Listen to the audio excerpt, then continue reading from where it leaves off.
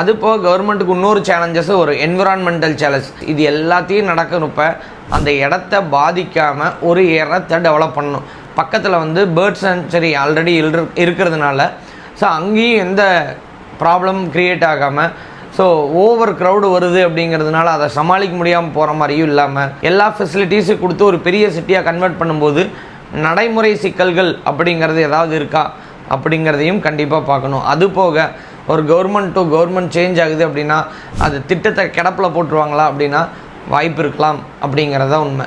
So அதில் யார் contractors இருக்காங்க, இப்போ கான்ட்ராக்டர்ஸ் மாறும்போது நடக்கிற விஷயங்கள், இந்த மாதிரி நிறைய விஷயங்கள் நடக்குமா அப்படின்னா அது எல்லாம் நடைமுறையில் போகும்போது மட்டும்தான் தெரியும்.